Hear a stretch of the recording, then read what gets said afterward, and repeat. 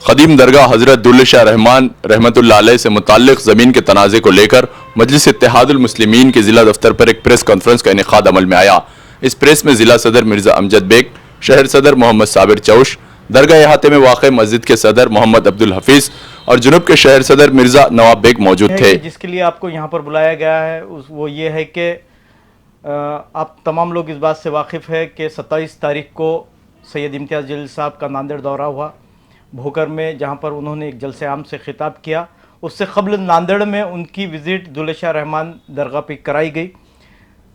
पिछले कई दिनों से वहाँ के ज़िम्मेदारान बिलखुसूस हफीज़ साहब सैयद इम्तियाज़ जलील साहब के राब्ते में थे और उन्होंने मुसलसिल उनसे बातचीत की और वहाँ की जो दुल्ले शाह रहमान की जो ज़मीन है उसकी 35 एकड़ ज़मीन पर जो ईदगाह और दुल्ले शाह रहमान दरगाह की ज़मीन जो है उस पर जो लैंड माफिया की जानिब से जो इंक्रोचमेंट हो रहा था उसके ताल्लुक़ से उनको तमाम तफसील बताई गई।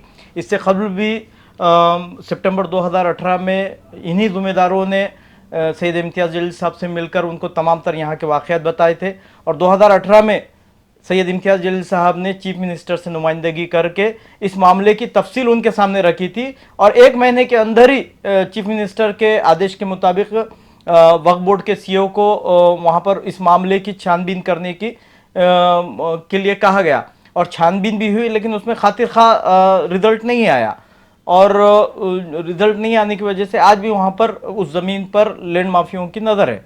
तो इस ज़मीन में आज की ये प्रेस कॉन्फ्रेंस बुलाई गई है। इसकी तमाम तफसीलात वहाँ के ज़िम्मेदार मोहतरम जनाब हफीज़ साहब आपके सामने रखेंगे। तो क्या बात हुई इसमें? जनाब इम्तियाज़ जलील साहब रुकन पार्लियामेंट औरंगाबाद और महाराष्ट्र स्टेट वक्फ बोर्ड के मेंबर 27 तारीख को जो है दरगाह दुल्ले शाह रहमान शरीफ में तशरीफ़ लाए थे और उन्होंने वहाँ बुजुर्ग औलिया अल्लाह के दरबार में जो है चादर चढ़ाई। चादर चढ़ाने के बाद में जो है हमसे मुखातिब हुए। हमारा मुतालबा उनसे यही था, हमने उनको एक निवेदन दिया, एक दरख्वास्त उनको पेश की और उन्हें ये बताया हमने कि ये दरगाह की ज़मीन 35 एकड़ ज़मीन लगभग है। पिछले दिनों 2018 में जो है कलेक्टर और तहसीलदार वगैरह ने तहसील कोर्ट में फ़ैसला लेकर वो 17 एकड़ ज़मीन दरगाह के नाम पे किया। बाकी अब जो दरगाह मस्जिद और ख़बरस्तान है इसकी 12 एकड़ ज़मीन जो है वो फेरफार करके सरकारी पट्टा की गई है। तो हमने उनको ये मुतालबा किया कि आप बराए मेहरबानी इसमें दिलचस्पी लें और वक्फ बोर्ड की तरफ से जो है इसकी पैरवी करके इस 12 एकड़ ज़मीन को दरगाह के नाम पे मुंतकिल करवाएँ।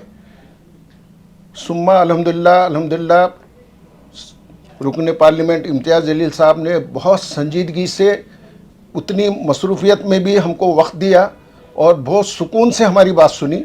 सुनने के बाद में उन्होंने ये तयकीन दिया मुझे कि आप बेफ़िक्र रहो, मुझे सब इल्म है इस मामलात का, मैं आपसे पहले भी मिल चुका हूँ, लेकिन इंशाअल्लाह इस बार मैं जो है ये जो आर्जी मुतवल्ली है और नायब मुतवल्ली है जिन्होंने इस दरगाह की ज़मीन को बेचने में नुमाया काम अंजाम दिया, इनको बर्खास्त करने में मैं आपकी पूरी मदद करूँगा। इसने उन्होंने हमको तयकीन दिया। हाँ, आज मजलिस इत्तेहादुल मुस्लिम के ज़िला सदर साहब ने प्रेस कॉन्फ्रेंस बुलाया था। वजह ये थी कि हाफिज़ साहब जो बार बार इम्तियाज़ जलील साहब से मुलाकात करने के बाद उन्होंने एक वक्त दिया था कि मैं वहाँ आऊँगा, वहाँ आने के बाद में वहाँ के हालात देखते हुए मैं बात करूँगा। उसके बाद में उनको ये पूरा बताया गया वहाँ के ज़िम्मेदारों ने कि ये प्रॉपर्टी ऐसी है। जो 17 एकड़ जो ज़मीन है ईदगाह को मिली है, अल्हम्दुलिल्लाह 2011 से हम लोगों ने बहुत कोशिश की, हमारे तमाम लोगों ने, जिसमें वहाँ के ज़िम्मेदारान भी है। अभी नाम लेना मैं मुनासिब नहीं समझता हूँ। तो हमारा ये कहना है कि जहाँ जहाँ भी औक़ाफ़ की प्रॉपर्टियाँ हैं, औक़ाफ़ की प्रॉपर्टियाँ कुछ सियासी लोग वो मिलजुल कर बेचने की कोशिश में लगे आले हैं और हर एरिया में है कि नहीं इस तरीके की प्लॉटिंग हो जा रही है। जिस तरह ईदगाह के पास की ज़मीना तमाम ज़मीन वहाँ पे है कि नहीं हमारे औक़ाफ़ की प्रॉपर्टी है।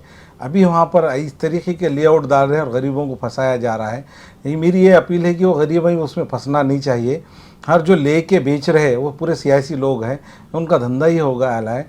तो हमारी ये गुजारिश रहेंगी कि इस तरीके की जो प्रॉपर्टियाँ ख़रीद के बेचा जा रहा है दरगाहों के, ये इसके ऊपर है कि नहीं है, आप मीडिया के माध्यम से हर समाज के व्यक्ति को ये बात पहुंचना चाहिए।